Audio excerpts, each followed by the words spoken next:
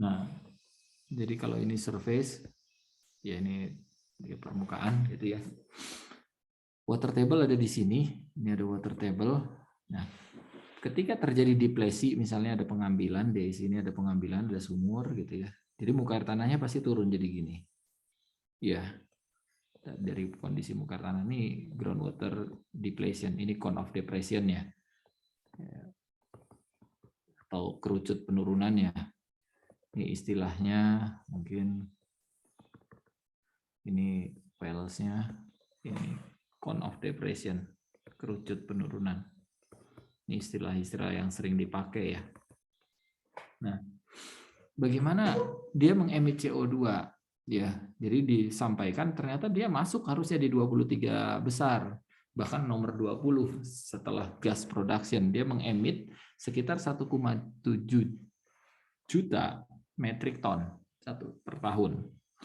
Ya, jadi 1,7 juta metrik ton itu diemit oleh penurunan muka air tanah. Ya, jadi dia masuk ke 20 besar menurut paper ini ya di Earth Future. Jadi tidak hanya kaitannya dengan fossil fuel burn, tapi penurunan muka air tanah. Ya, bulan lalu 22 Maret hari air, hari sebulan kemudian hari bumi. Jadi lahirnya air dulu baru bumi ya. Jadi ya kalau nggak ada air nggak ada kehidupan di bumi kali. Jadi 22 Maret, habis itu 22 April. Ya. Nah, cone of depression bagaimana prosesnya? Dijelaskan sebenarnya prosesnya sama seperti proses hidrogeokimia yang saya sampaikan bahwa sebenarnya ini ketika air hujan turun ada CO2 ya ada plus H2O mengakibatkan ini terbentuk H2CO3 gitu ya. Terus batu sendiri ada berapa batuan yang ada karbonatnya ya misalnya. Ya, ada karbonatnya. Nah, ini juga menghasilkan H2CO3. Jadi kita akan mendapatkan H2CO3 ya ini di dalam air tanah. Ya kan kita tahu air tanah ada isinya ini. Tapi begitu turun, ya begitu turun kan tekanan di bawah ini kan turun ya. Ya artinya depressurization ya, pressure-nya drop, sebagian bikarbonat itu lepas menjadi di daerah unsaturated. Ya, di daerah unsaturated bentuknya uap. Ya, menjadi uap H2O dan CO2. Jadi simpel sebenarnya H2CO3-nya lepas lagi karena perubahan fisik ya. Ini nggak ada reaksi kimia, jadi perubahan fisik karena pressure-nya berubah gitu. Ini menjadi H2O plus CO2 lagi. Nah, CO2 ini sama ini teremit ke atas. Tadinya terstorage. Nah, ini mengemit CO2. Nah, ini karena penurunan muka air tanah. Jadi bukan karena reaksi kimia, tapi physical proses disebutkan gitu. Ya. Jadi water rain ketika air hujan menyentuh tanah atau batuan ya kan ada proses pelarutan juga dari CO2 menjadi H2CO3 di atmosferik, juga batuan-batuan yang ada carbon rich. Nah, di situ akan tersimpan selama ratusan tahun, mungkin ribuan tahun, dan sebenarnya keluar ke laut yang akan nyimpan lagi. Ya, kemarin juga kita sebutkan laut kita relatif makin asam, sehingga kemampuan menyimpan CO2-nya berkurang. Ya. Nah, sekarang dari penurunan muka air tanah ini mengemit CO2. Ya, prosesnya juga tidak hanya itu ternyata. Ini kan ada CO2 rilis ya. Akhirnya penurunan atau cone water depression ini CO2 rilis. Rilis ya. Nah, tapi kalau di situ ada badan air, tadinya kan air tanah akan mengisi, misalnya tadinya posisinya water table-nya tinggi ada di sini. Gitu ya, sehingga air tanah mengisi stream ataupun danau. Ya. Nah, ketika ini turun, air ini terbawa sehingga yang tadinya tersimpan H2CO3 ke sini di sini, pindah katanya H2CO3 pindah ke sini dan di sininya turun. Jadi ngelepas lagi. Jadi kita tahu surface water bodies atau badan air, ya badan air makin luas itu kemampuan intake CO2 makin bagus. Asal bukan asam ya, asal tidak acid. Ya, asal tidak acid itu bisa nangkap CO2 ya. Tapi kalau badan permukaannya ini water table-nya turun, di sini juga turun gitu ya, karena keambil akibat pengambilan air tanah. Jadinya tadinya di sini, sekarang di sini, ya posisinya turun. Ya, luas permukaannya turun, volume yang tersimpannya turun, ya ada perubahan volume.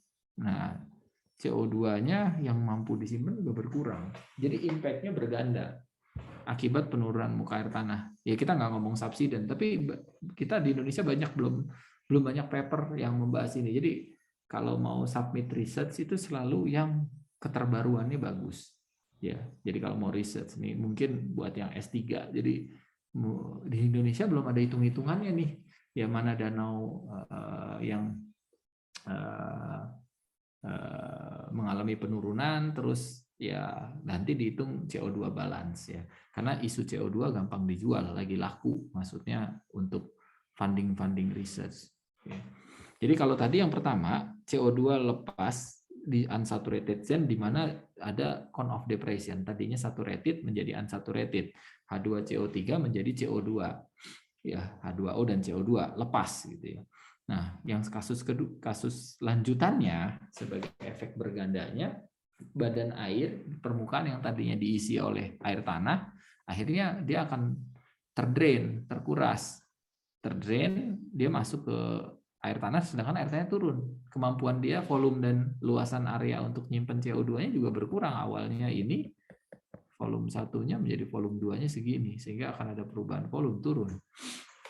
Sehingga kemampuan CO2 uptake-nya atau nangkepnya juga berkurang. Jadi dua kasus dari kondisi itu saja. Ya. Itu. Nah, saya mau mana tadi ada. Nah, ini saya lanjut. Ya. Ini fakta yang lain, faktanya bahwa yang CO2, konsentrasi CO2 ya itu turun, naik, ini konsentrasi CO2, temperatur yang bar itu temperatur ya. Jadi temperatur itu naik, ya ininya makin naik. CO2 konsentrasi naturalnya ada di 300-an ppm ya sebelum 1880, dan ternyata di periode itu bumi itu sedikit mendingin temperaturnya ya dalam Fahrenheit itu, tapi CO2-nya juga udah mulai naik. CO2 naik ya. Jadi ini kondisi di mana CO2 di atmosfer sekarang mendekati 400 ppm, bahkan ada laporan di beberapa area itu 420 ppm. Ya, cukup besar. Ya. Ya. Nah, ini sekaitan dengan yang kemarin ya, groundwater making the invisible ya. Ini saya stop dulu. Nah, itu bahasan yang mau saya diskusikan di bagian yang ini. Nanti saya sampaikan bagian yang lain terkait riset yang coba saya propose ya. Nanti saya share apa sih ide risetnya yang lagi dipropose ya.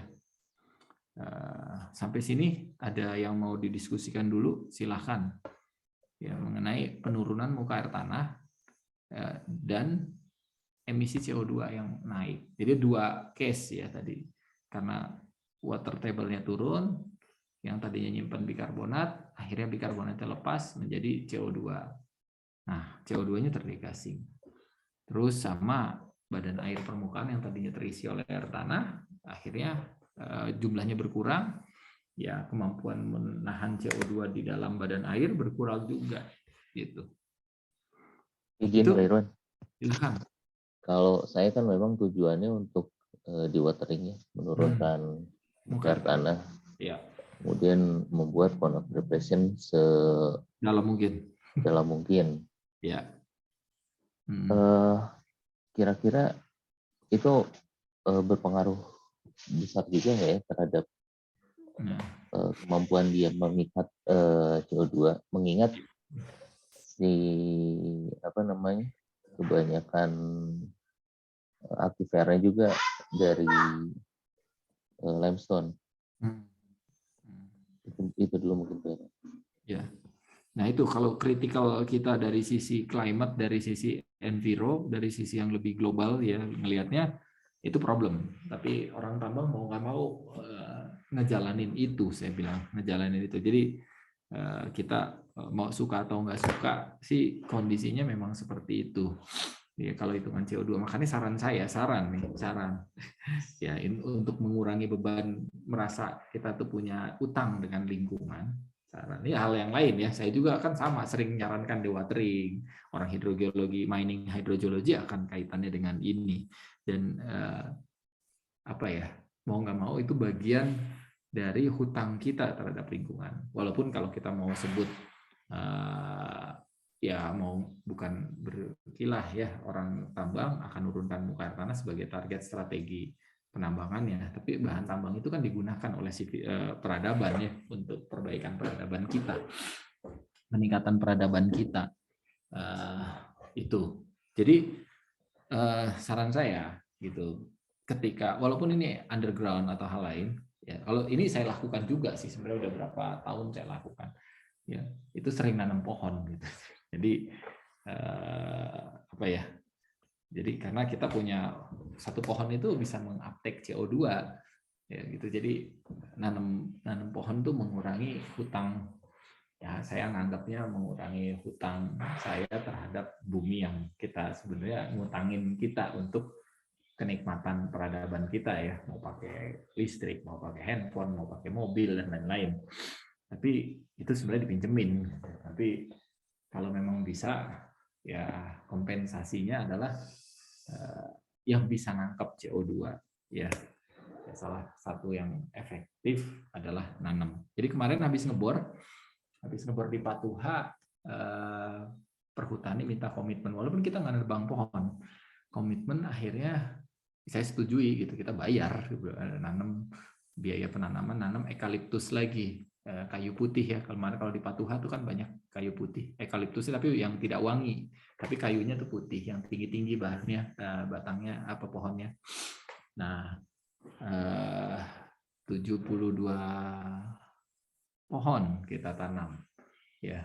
Jadi 72 pohon ya, syukurlah ada biaya yang harus dikeluarkan ya, dikeluarkan akhirnya nanam orang perhutani, permintaan perhutani, dan saya melihat permintaannya benar bagus ya, karena ya walaupun kemarin nggak menurunkan air, tapi ya udahlah 72 di area yang bisa ditanamin pohon, kira-kira itu yang kalau kenyataan bahwa kita akan mengemit CO2 lebih dari, tidak hanya ada bahan, ada apa ya,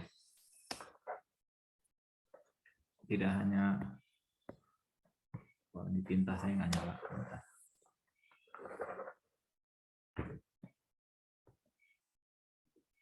Aduh ya, sebentar. Ini tintanya mati.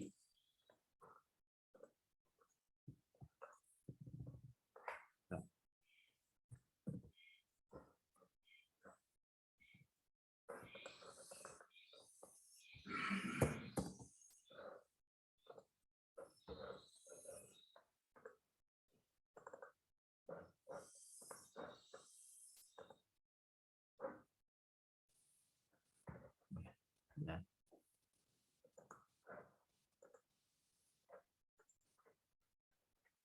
Buka lagi PowerPoint-nya.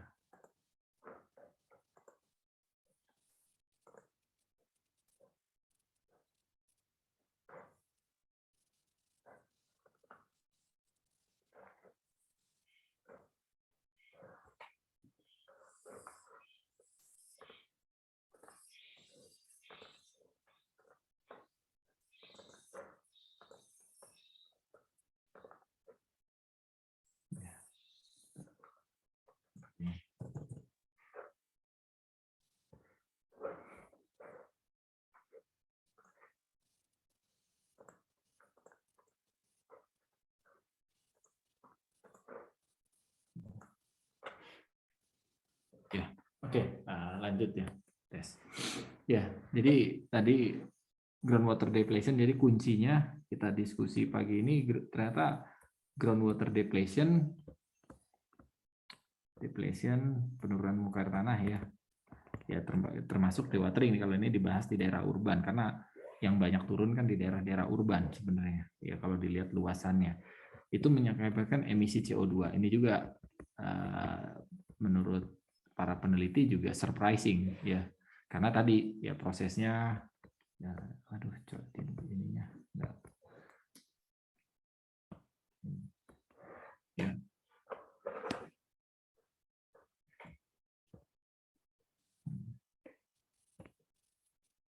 Jadi CO2 ya plus H2O-nya tadinya jadi H2CO3, terus CaCO3 plus H2O yang juga menjadi H2CO3, terus karena perubahan fisik pressure-nya turun, ground water table-nya turun, ya ini H2CO3 terurai lagi menjadi H2O dan CO2. CO2 ini akan terdegasing, gitu kan? Ya, kedua hal ini emit CO2, termasuk turunan keduanya, badan air permukaannya juga drop. Ini kan jadi hutang karbon kita, hutang kita ke bumi hari ini ya, hutang karbon. Nah, hutang karbon ini idealnya kita balas pakai apa? Gitu ya. Tadi balasnya yang bisa nangkep karbon. Kalau teknologi carbon capture storage mungkin kita belum jalankan, tapi yang satu lagi yang nangkep karbon ya natural plant, tanaman. Ya ditanam, ini inject dan ya sama ini. Nah ini yang mungkin strategi yang bisa dilakukan gitu ya. Itu Pak Ari kalau terkait penurunan muka air tanah. Ya. Karena mau nggak mau kita utang karbon ya dari bumi yang dikeluarin terus ke atmosfer. Nggak bisa kita deny kalau menurut penelitian dan juga papernya begitu. Ya, nggak bisa kita sangkal ya. Gitu. Nah, terkait itu jadinya kami coba riset bareng sekarang ya kayak Pak Fahri terus teman-teman di sini siapa aja ya. Saya baru tahu dikasih tahu orang BRIN, jadi siapa aja di sini. Siapapun boleh ngajukan dana riset pendanaan yang oleh BRIN ya. Siapapun di sini ada Mas Delvianus, Mbak Adrianita, Pak Edi, Pak Fahri, Pak Hartoyo, Pak Rasa, Pak Bu Riana, itu boleh. Jadi ada riset yang dibuka oleh BRIN, siapapun asal punya akun riset, tapi dia mengajak orang BRIN sebagai bagian dari tim risetnya. Ya, ada dana yang sebenarnya udah close, yang kemarin saya sempat submit tapi nggak tahu terima atau enggak. Ya, dananya dana riset pendanaan ekspedisi dan eksplorasi. Ya, jadi kalau saya punya riset yang kaitannya di luar, terus ada outputnya, ya. Jadi buat S3, S2 ini bisa sebenarnya. Ini saya stop share dulu sebentar ya. Saya tunjukkan ya. Ini juga membuka sambil saya tunjukkan proposal yang kaitannya membahas tadi. Saya share sedikit riset yang kaitannya dengan yang tadi ya. Saya punya fokus di Singkarak.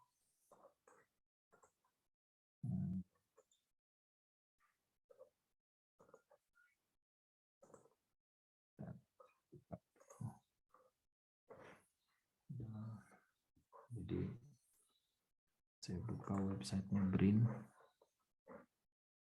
Websitenya BRIN ini silahkan dibuka, ntar saya tunjukkan websitenya BRIN.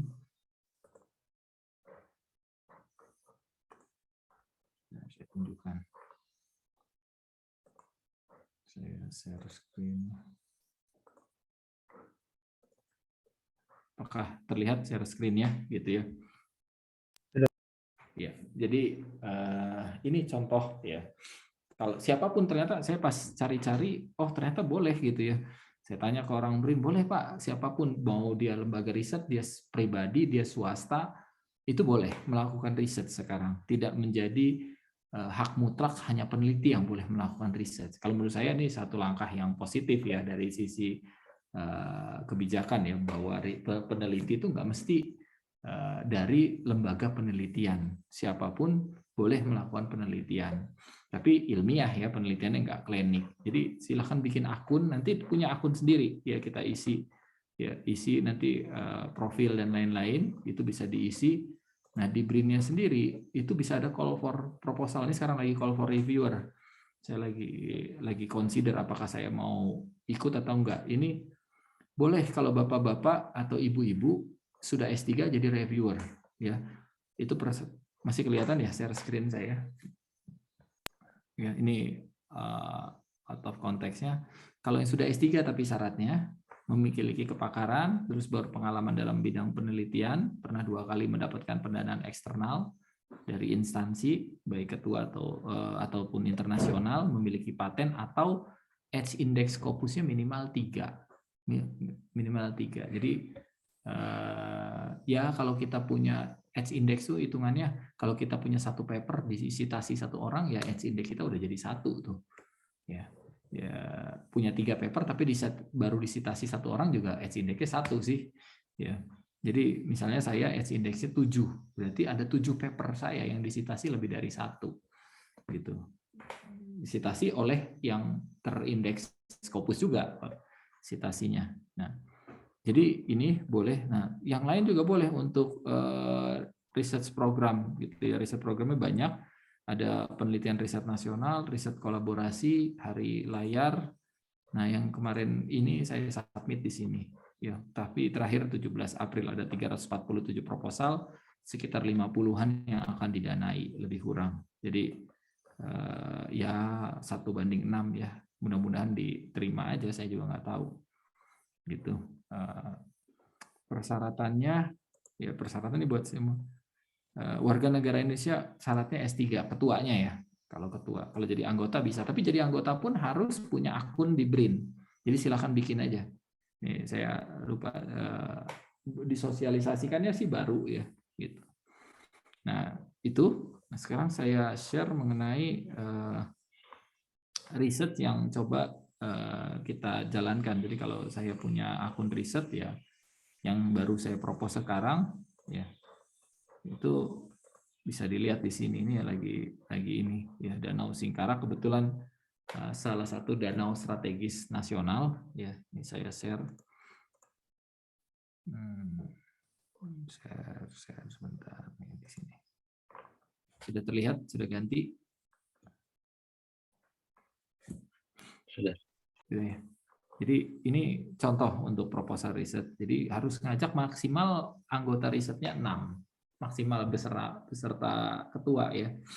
Ya, jadi maksimal ini itu ada, dan yang lainnya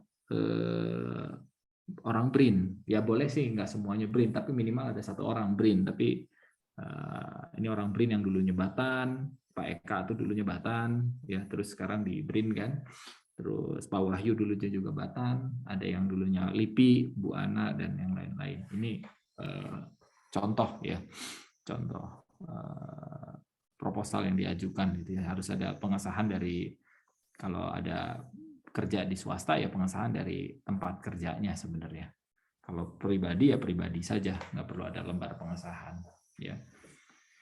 Ya ini kenapa saya merasa penting, ini langkah awal untuk neraca karbon di sekitar danau. Saya mau ngitung sebenarnya neraca karbon, tapi sebelum neraca karbon, kapan emisi karbon terjadi dan kapan intake karbon terjadi, ya kita harus neraca airnya dulu secara fisik ya.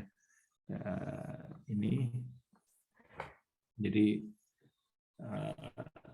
ya latar belakang, tapi secara metodologi gitu ya, ya kita ngukur biasa parameter yang disampaikan. Ini strategi samplingnya di Danau Singkarak. Ini dari hasil sementara ya, nilai konsentrasi radon beberapa. Memang air tanah yang danau yang sudah berbatasan dengan air tanah itu tinggi-tinggi ya, tinggi-tinggi ya, dan di tengah air danau ya pasti rendah-rendah nilainya. Jadi mana kita mau hitung, mau nambah titik yang di air tanah, nih di air tanah 1800, 160, yang hijau-hijau ini di air tanahnya 8000 ya. Nah, ini ada hitungan kuantifikasinya dari beberapa paper ya, makanya Pak Reza yang S3 dia harusnya bisa ngitung kuantifikasinya dengan persamaan neraca radonnya di sini dihitung dari neraca air. Jadi radon yang ada di surface water, di groundwater, radon di soil, ya perbedaannya, ya ini bisa dihitung berapa sebenarnya danau itu diisi oleh air tanah, misalnya 70%, 50% sebenarnya. Nah, untuk melihat karbon yang tersimpan di dalam di transfer karbon. Terus yang keluar lagi dari danau ada nggak pada saat penurunan danau di musim tertentu? Mungkin danau itu di musim tertentu nangkep ya, di musim tertentu levelnya naik, ya di musim tertentu turun ya. Ini ada perubahan, ada kondisi radonit CO2 itu nangkep lebih banyak, ada CO2 yang rilis ya, kondisinya gitu. Ini risetnya boleh multi years. Ini tahap pertama kita pakai yang simple aja, yang cepat mengukurnya radon, tapi akan dikombinasi sama isotop O dan H ya. Dan mungkin karbon 13 juga yang akan kita trial gitu ya. Jadi ini harus bikin seperti ini gitu ya untuk jadwal kegiatan dan lain-lainnya, riset yang dijalankan. Tapi target riset ini adalah bukan neraca air saja, tapi neraca karbon ya. Nah, kalau udah bisa ini nulis ya nanti dijual aja ke riset luar negeri yang lebih banyak punya pendanaan terkait karbon ya. Ada pendanaan yang bisa kita ambil kalau riset mengenai karbon itu ada Low Carbon Society. Ya, ini didanai oleh beberapa negara maju ya, yang punya tanggung jawab, karena negara maju juga negara yang mengemit karbon dioksida tinggi karena memang industrinya banyak ya. Negara-negara industri Jepang, Amerika itu punya tanggung jawab ya untuk bayar karbon untuk setelah Paris ya, Kyoto Protocol terus Paris, mereka punya kewajiban. Nah, duitnya ini mereka negara maju juga pinter, uangnya nggak dikasih cash, uangnya dalam bentuk suatu activity yang bisa mereduce karbon. Activity-nya salah satu turunannya adalah research ya. Nah, riset ini yang kita ambil dananya untuk riset mengenai karbon, dan dananya cukup besar, ya untuk ini. Ya, jadi riset internasional untuk dana yang cukup besar. Karena riset ya salah satunya tadi idenya saya, kalau muka air tanah turun kita belum punya riset tuh berapa sih degassing CO2-nya gitu. Kalau penurunan muka air tanah 1 meter sekian di daerah yang karbonatnya tinggi. Di daerah yang non karbonat misalnya metamorfik atau batuan beku, karena cuman karbonnya dari silikat weathering, pasti CO2-nya juga CO2 atmosfer ya. Nah, jadi berubah gitu. Jadi tinggal ini teman harus didetilkan, ada analisis resiko kalau ada ekspedisi dan eksplorasi ya. Itu seperti itu. Nah, ini ya bisa diisi ya, nanti CV-nya diisi ya, paper tulis aja sebanyak mungkin ya, makin banyak paper itu makin punya potensi tembus ya, karena ada rekam jejak gitu ya, segala macamnya. Itu ya mungkin itu yang mau saya sampaikan. Silahkan kalau mau didiskusikan mengenai ide research dan lain-lain. Jadi saya akan memberi tugasnya sebenarnya ke ibu bapak adalah membuat ide research yang mungkin bisa dilaksanakan. Ya, ide research ini bisa saja nanti saya adopt gitu ya, diadopt di kalau cukup bagus beberapa orang, ya udah kita bikin riset pendanaannya ya tadi salah satu unsur pendanaannya dari research yang bisa kita ambil, salah satu nasional itu riset dari BRIN. Nah, cuma di dalam topik khusus sekarang saya berharap riset yang dipropos oleh jadi tugas akhirnya di topik khusus sama seperti yang mata kuliah topik khusus pada umumnya di ITB adalah pasti tugas bentuknya. Tugasnya adalah membuat ide yang ide ini proposal tapi harus banyak literatur studinya ya. Ya, jadi di submit ke kita, nanti dipresentasikan, terus kalau bagus oke lah, coba kita challenge masuk sama-sama. Kalau ibu bapak belum bisa jadi ketua tim karena belum S3 ya terpaksa ketua timnya yang sudah S3, karena ketua tim syaratnya S3 di situ. Ya, ya hal seperti itu tuh mungkin yang mau saya sampaikan untuk ujian akhir. Nah, ujian akhirnya ya kita akan, karena 29 ternyata ITB sudah cuti bersama, libur. Ya, jadi setelah Mei, setelah hari raya, baru kita akan presentasi tugasnya. Jadi punya waktu 2 mingguan untuk membuat ide penelitian yang kaitannya dengan groundwater karbon gitu ya, yang topik khusus sekarang. Ya, mau ide injeksi, mau yang pernah saya minta tugas ini dalam bentuk yang short, tapi saya ingin yang bentuknya lebih panjang kayak research proposal. Boleh aja riset proposal tapi dimodifikasi riset proposal S3-nya, misalnya ada yang S3 tapi modified aja dengan, kalau ini riset ini saya modified sedikit tapi digeser ke arah karbon, ke arah masalah karbon, boleh. Tapi ini bukan jadi topik S3-nya, tapi bagian dari S3-nya, oh nanti future riset saya tuh bisa ke situ gitu. Jadi S2 memang ditargetkan bisa udah mulai kayak menuju S3 ya, apalagi yang ngambil magister by research. Ada program di ITB ya, yang sudah ada tuh baru teknik air tanah di di bidang kita ya, berani magister by research. Magister by research itu tidak ada kuliah, hanya langsung pada saat daftar itu harus sudah punya calon pembimbing kayak S3, S2. Jadi semi S3 sebenarnya magister by research itu. Terus kalaupun ada mata kuliah yang relevan dengan risetnya, diambil berapa mata kuliah, terus sisanya research, tapi harus punya satu paper dari jurnal minimal ber-Q atau terindeks Scopus, minimal ber-Q atau terindeks Scopus, walaupun Q4 ya. Kalau S3 kan harus Q2 ya. Ya kalau S3 minimal. Ya. Jadi harus ada itu. Menurut saya terobosan bagus untuk magister by research, sehingga orang-orang di luaran, di industri bisa maju lewat jalur itu sebenarnya, magister by research. Di Jepang sih sudah banyak.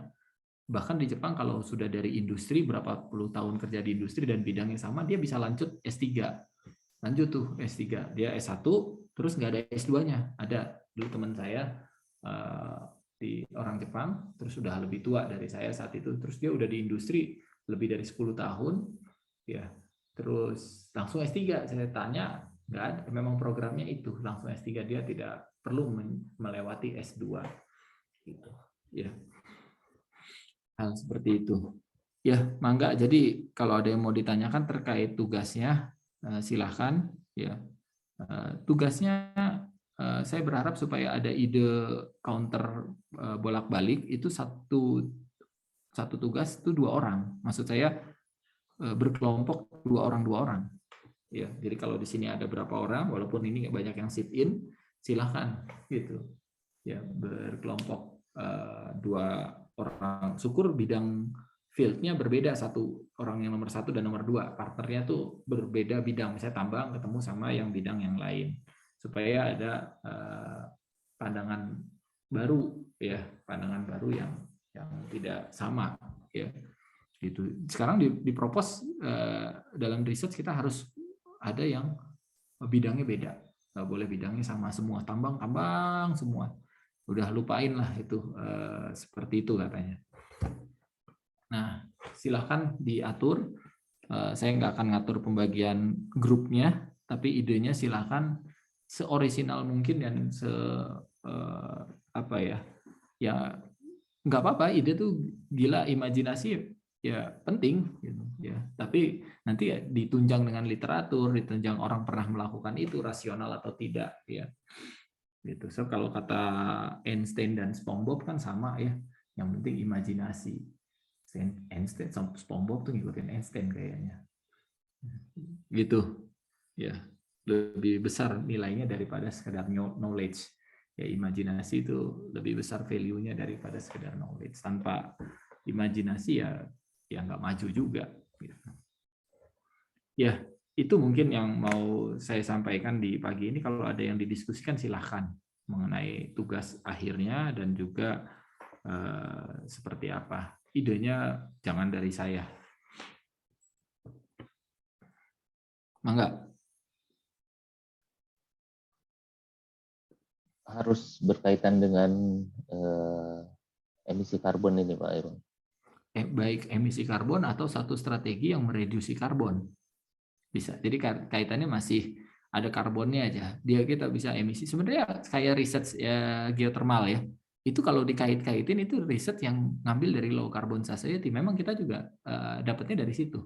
Tapi risetnya geothermal. Kenapa? Ada bungkusnya bahwa energi ini shifting. Energi shifting kalau kita bisa menggantikan 100 megawatt PLTU, ya bisa dengan geothermal saya mereduksi karbon sekian juta ton per tahun.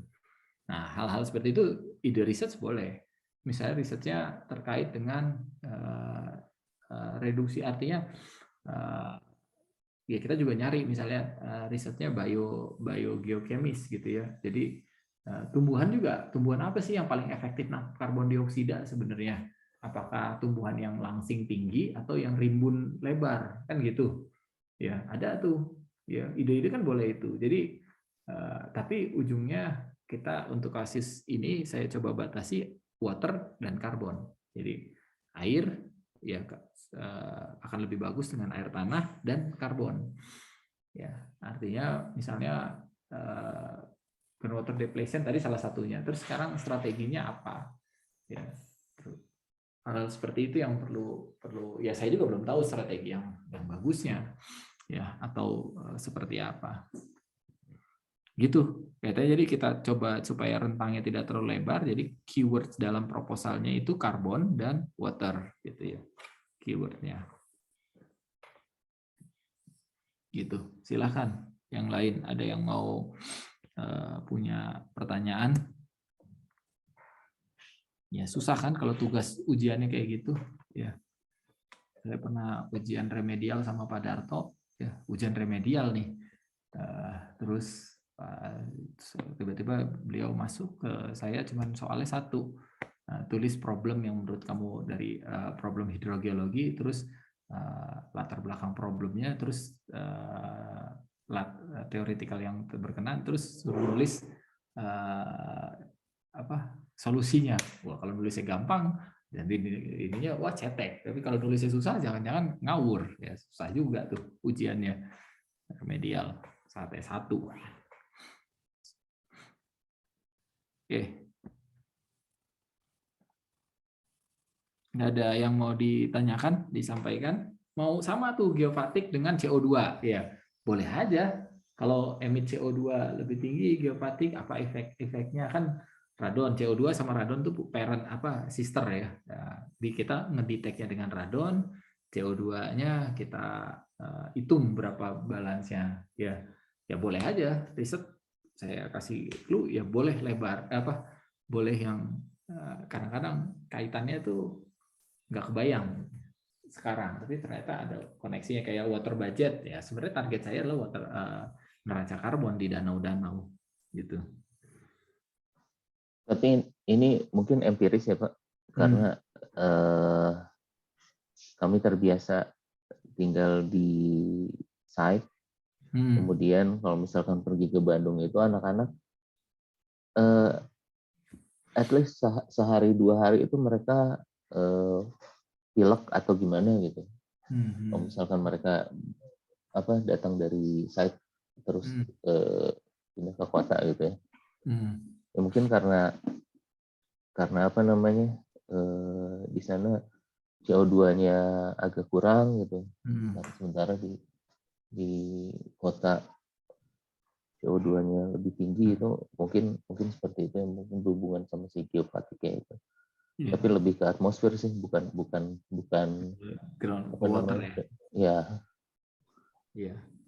Ya hal seperti itu boleh gitu. Jadi kalau ya harusnya riset itu, tapi ada water keywordnya ya. Jadi misalnya saya ambil dulu ada dari dokter ngirim ke lab kita sampel untuk uji air, karena menurut dokter itu penyakit si ibu ini, jadi yang ngirim sampelnya anaknya si ibunya, tapi ada surat dari dokternya gitu untuk uji karena menurut dokter itu kayaknya kankernya akibat unsur ini gitu ya, unsur tertentu di dalam darahnya cukup tinggi ya itu dari sesuatu yang dia minum, sama kayak Minamata ya, dari sesuatu yang dia konsumsi, sama seperti kasus di arsenic pollution di Bangladesh itu dari air minumnya ya. Jadi ya itu researchnya ya, tapi saya berikan datanya, mereka yang menganalisis ya silahkan. Nah itu juga bagian dari geopatik stres. Misalnya tinggal, ya saya katakan besok Minggu saya mau ke Lembang karena radon di Lembang tuh relatif tinggi. Ya saya coba mau ngeliat di airnya sekarang, di air tambah lagi data gitu ya. Pada saat kemarin hujannya banyak, ada dilute nggak gitu ya, atau hal seperti hal lain. Kira-kira itu. Oh, yang Erin Brockovich, Pak. Nah, Erin Brockovich Chrome 6 karena groundwater ya. Itu contaminated, jadi anthropogenic prosesnya. Nah, yang geogenic proses juga kita perlu telaah ya, geogenic proses. Jadi ada beberapa teman yang ini sih mungkin nggak tahu ya. Saya punya 2 orang teman yang dulu kerja di tambang nikel nih. Ya. Terus kebetulan dua-duanya, saya nggak sebut tambangnya, ya, tapi dua-duanya anaknya autis. Dia pernah nanya sama saya. Terus jangan-jangan gara-gara apa yang dikonsumsi gitu ya, dia tinggal di site keluarganya. Ya, saya nggak tahu, saya bilang. Tapi salah satu buangan dari tambang nikel adalah krom, gitu ya. Artinya case kalau yang muncul terjadi di tambang emas mungkin kalau dia sulfida asam gitu ya, terus asam peningkatan logam AS, Mn, Fe yang gitu-gitulah. Ya, kalau tambang nikel kan tidak ada asam, tapi krom. Tapi krom dari stability pH dia stabil di pH asam dan basa. Ya, jadi di basa juga dia tinggi. Pada saat basa sangat tinggi malah. Di pH-nya mendekati 9 gitu, krom 6-nya juga tinggi. Nah, apakah hal seperti itu? Dia nanya. Ya, saya bilang saya nggak berani jawab. Kita nggak punya data, nggak punya research. Makanya harus punya database dari puskesmas, penyakit apa yang terjadi, terus air yang dikonsumsi dari mana, baru airnya dicek. Nah, itu riset multidisiplin namanya. Nah, itu boleh sekarang. Siapapun boleh melakukan research. Jadi kalau mau misalnya nih ya, Mas Hartoyo mau saya masukin ke dalam riset, dia harus punya akun di BRIN. Kalau pakai dana BRIN ya, Mas Hartoyo bikin dulu, karena saya nggak bisa masukin Mas Hartoyo, Mas Fari, atau siapapun kalau nggak punya akun di BRIN. Di akun di BRIN-nya sih cuma isi biodata, nama, sama CV. Ya, CV, terus nanti punya akun. Nah, pada saat saya ajak misalnya masukan, ya si orang itu misalnya Mas Hartoyo di sini, dia harus klik accept gitu. Nah, terima bahwa dia menjadi anggota riset. Kalau dia jadi anggota, kalau jadi pengusul, ya saya akan kontak calon anggotanya dulu siapa. Nanti saya minta akun BRIN-nya, nanti saya tag gitu ya, di tag di sana cuma nge-tag sih, nge-tag ada notifikasi temennya sudah accept atau belum. Itu aja. Jadi boleh non peneliti melakukan penelitian. Menurut saya bagus lah. Gitu.